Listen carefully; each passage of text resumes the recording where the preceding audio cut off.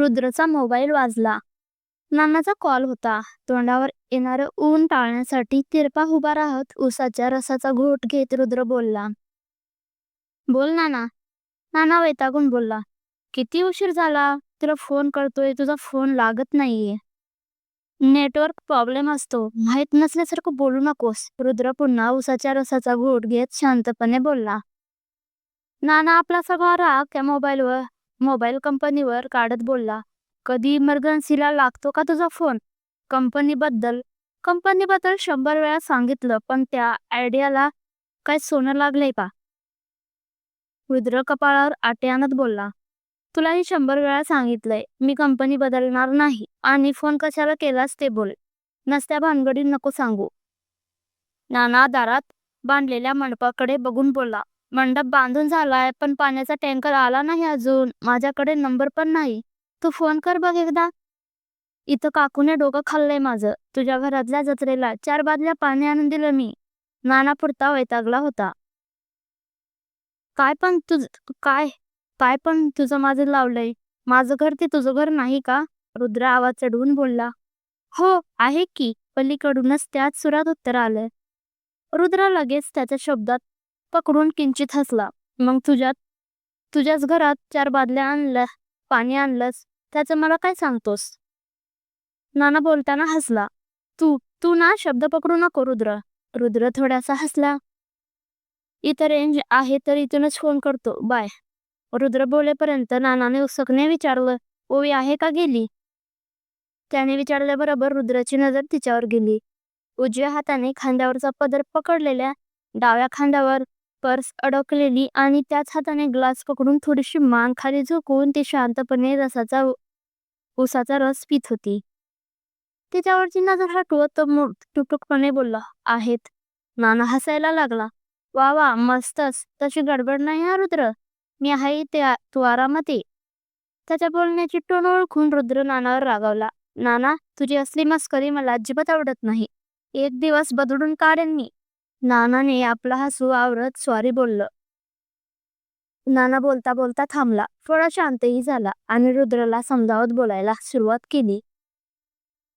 रुद्र, तुझ्यापेक्षा मी लहान आहे, पण मला वाटतं जर योगायोगाने तुम्ही आज भेटलाच आहात तर मनमोकळेपणाने बोलून घ्या. उद्या तुमचं लग्न आहे यार. हा क्षण पुन्हा येणार नाही. मगाशी ती भेटली तेव्हापासून रुद्र उद्या लग्न आहे ही गोष्ट तो किती सहजपणे विसरलेला. नानाचं बोलणं ऐकून तो शांत झाला. पलीकडून नाना पुन्हा त्याला समजावत बोलला. माझं ऐक रुद्र, भेटलाच आहात तर बोलून घ्या. रुद्र एका दमात बोलला. काय बोलून घ्या? बोलायचं ते बोलून झालंय. त्या आरुषला आईची कमी भासू देणार नाही आणि मी शोरेला बाबाची. हे आम्ही दोघांनीही मान्य केलंय. विषय इथे संपला. नाना कपाळावर हात मारून बोलला. एवढंच बोलायचं असतं का?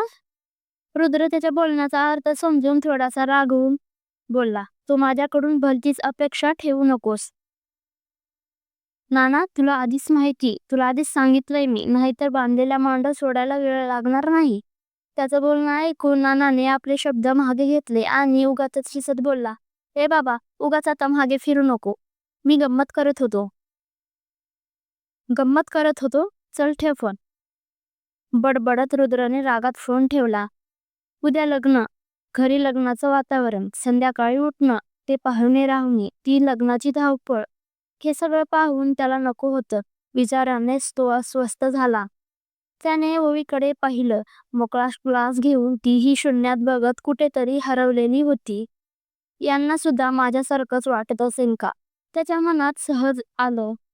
त्याने गुऱ्हाळ्यातील मुलाला पैसे दिले. ओवी समोर एकदा असं खाकरलं आणि आपल्या बाईक जवळ आला. ओवी ही त्याच्या पाठीपाठी आली असेल ह्या अंदाजाने तो मागे न पाहताच बोलला. तुम्ही कसे जाणार आहात? तिचं उत्तर येईपर्यंत तो मुद्दामून खेट्याची पिशवी बाईकला अडकल्यासारखं करत होता.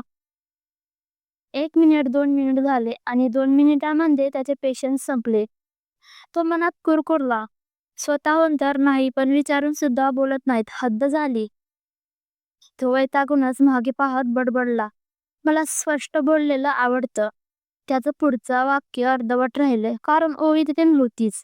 त्याने आश्चर्याने गुराळ्याकडे पाहिलं. ती अजूनही गुराळ्यामध्ये मोकळा ग्लास हातात पकडून तिथेच उभा होती. कुठे लक्ष असतं काय माहिती. मगाशी म्हटलं तरी अजून तिथेच. आणि उन्हाचा झटका. स्वतःशीच बडबडत तो तिसल्या उन्हातून पुन्हा रस्ता क्रॉस करून पलीकडे गेला. मगापासून उन्हात उभा राहिल्यामुळे कपाळावरून खाली मानेकडे घामाच्या धारा वाहत होत्या. रुमालाने मानेवरचा घाम पुसत त्याने सहज तिची नजर पाहिली.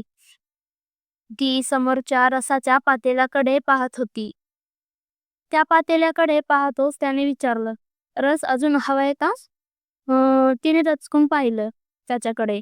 रुमाल ओळ्या कपड्यावर फिरवत त्याने पुन्हा विचारलं, रस प्यायचा आहे का अजून? नाही, असं बोलतच तिने हातातील ग्लास समोरच्या जीर्ण अशा लाकडी टेबलावर ठेवला आणि उदळकडे पाहिलं. त्याच्याकडे सुतक नजरेने बघून तो चालायला लागला.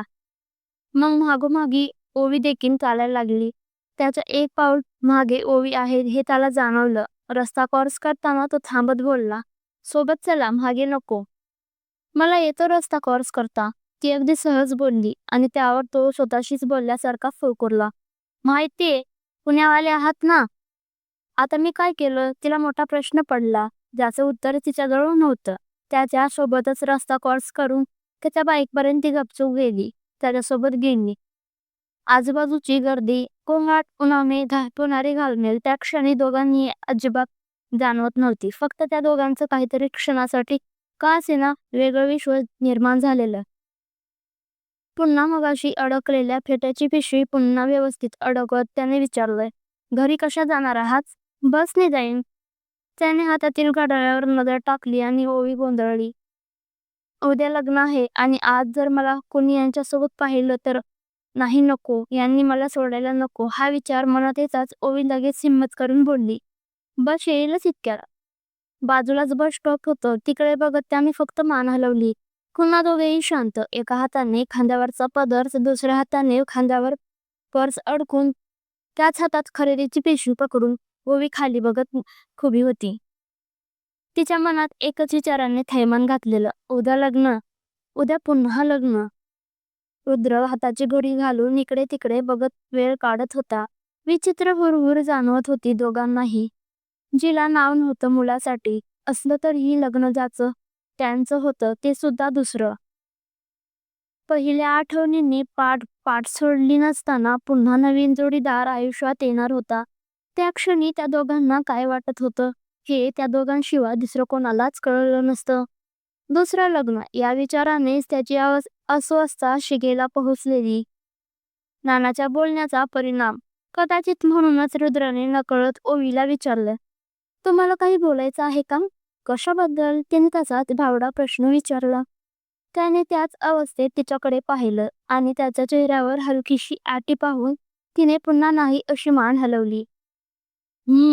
तिच्या बोलण्याच्या प्रत्युत्तर द्यायचं म्हणून तो दीर्घ श्वास सोडत हुंकारला. लोकांची गर्दी आसपास होती. वाहनांची ये-जा चालू होती. गडबड, गोंधळ सगळीकडे असतानाही तिथे दोघेच असल्यासारखं प्रचंड अपॉर्डनेसमध्ये उभे होते. ओवीला खूप अवघडल्यासारखं झालेलं. तिनं डोळे बंद करून तिच्या देवाला साथ घातली. कान्हा, आणि गाडीचा आवाज, कर्णकशच आवाज आला. लाल परी थांबल्याची ती खूण होती. दोघांचीही नजर बसकडे गेली. आपली पिशवी नीट घेत ओवी त्याचा निरोप घेण्याच्या तयारीत बोलली, निघू? तिच्या या प्रश्नावर एवढं साधं उत्तर तिला देताना एवढं विचित्र का वाटलं? तो तिच्याकडे बघत होता आणि एसटी जाईल म्हणून तिने पुन्हा आर्जवीने विचारलं, निघू का? तिची आर्जवीची बोलण्याची टोन तीच होती त्याच्या गौरीची. तिची बोलण्याची टोन ऐकून त्याच्या कानात तेच नको असणारे शब्द घुमले. रुद्र, निघू? गाडी जाईल या भीतीने तिने गाडीकडे बघत पुन्हा त्याला आर्जवीने विचारलं, निघू का प्लीज? पुन्हा तीच बोलण्याची टोन. तो भांबवल्यासारखा ओवीला बघत होता. समोर ओवी होती की गौरी, जी नेहमी त्याच्यासोबत अर्थमरणात जिवंत होती.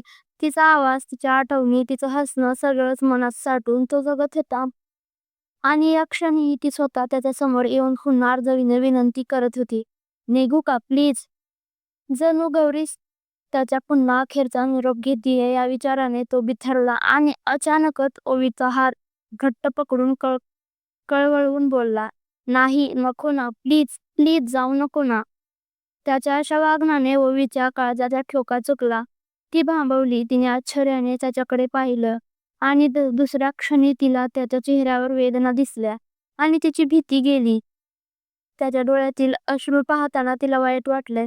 तिच्या नाजूक हाताला त्याच्या राकट हाताने घट्ट पकडल्यामुळे वेदना होत होत्या, पण ती तशीच भांबवल्यासारखी त्याला पाहत होती. अचानक असा हात पकडल्यामुळे कसं रिॲक्ट करावं हे काही सेकंद तिला कळलंच नाही. समोर गौरी आहे या भावनेने त्याने तिचा हात घट्ट पकडलेला. डोळ्यातील पाण्यामुळे ती अंधुक दिसत होती. त्याने डोळे पुसत पुन्हा तिला प्रेमानं पाहिलं. तिच्याकडे आळीपाळीने पाहत समोर ओवी आहे याची खात्री पटल्यावर त्याने तिचा हात क्षणात सोडला आणि पाठमोरा होत स्वतःच्याच केसातून हात फिरवत डोळे घट्ट मिटून घेतले. गौरीच्या अखेरच्या क्षणाच्या आठवणीने त्याला मनातील दुखरी खपली उघडलेली गेलेली. तिचा त्रास त्याला होत होता. त्याने केसातून हात फिरवतच दीर्घ श्वास घेत डोळ्यातील पाणी जाऊ दिलं. तिच्या आठवणीने व्याकुळ झाल्यावर स्वतःला सावरायची त्याला आता सवयच झालेली. त्याच सवयीने त्याने इकडे तिकडे बघतच स्वतःला सावरलं. त्याचं आकाचं वागणं त्यालाच आवडणार नव्हतं. आजपर्यंत गौरीशिवाय स्वप्नात देखील दुसऱ्या मुलीचा त्याने विचार केला नव्हता आणि आज अचानक ओवीचा हात हातात पकडल्यावर तो कसा परस्त्रीला स्पर्श करू शकतो या विचारानेच त्याला अपराधी वाटलं. दोघांमधील वातावरण तंग झालेल्या कोण पाहिल्या बोलणार आणि काय बोलणार. ओवीने एसटीकडे पाहिलं. कंडक्टरला एसटीमध्ये जाताना पाहून निघते मी, स्वतःलाच ऐकू जाईल एवढ्या आवाजात ती कुटफुटली आणि एसटीकडे निघाली. रस्त्यावरून चालताना ती स्वतःच्या हाताकडे पाहत होती. तिचा नाजुरा गोरा हात लाल झालेला. हलक्याशा मुंग्या जाणवत होत्या. त्याचं आत्ताचं वागणं तिच्यासाठी गूढ होतं. ती नकळत मनात बोलली, रुद्र हे काय होतं? कान्हा हे काय होतं? अपराधी भावनाने तो पाठमोरा स्वतःला दोष देत होता. त्याला पहिल्यांदा तिच्या नजरेला नजर देताना कसतरी वाटलं. तो पाठीमागे फिरत मनापासून बोलला, सॉरी. पण ओवी नव्हती. त्याने रस्त्याकडे पाहिलं. ती पाठमोरी दिसली. त्याला प्रचंड अपराधी वाटलं. त्यांना काय वाटलं असेल? मी फालतू आहे, मी फाजील आहे, माझ्या चरित्राविषयी गैरसमज झाला असेल. त्याचं मन त्याला खात होतं. तो हताशपणे तिच्याकडे पाहत होता. ती एसटीजवळ पोहोचलेली. आपला हात पाहत ओवी मनातच बोलली, आता ठीक आहेत ना?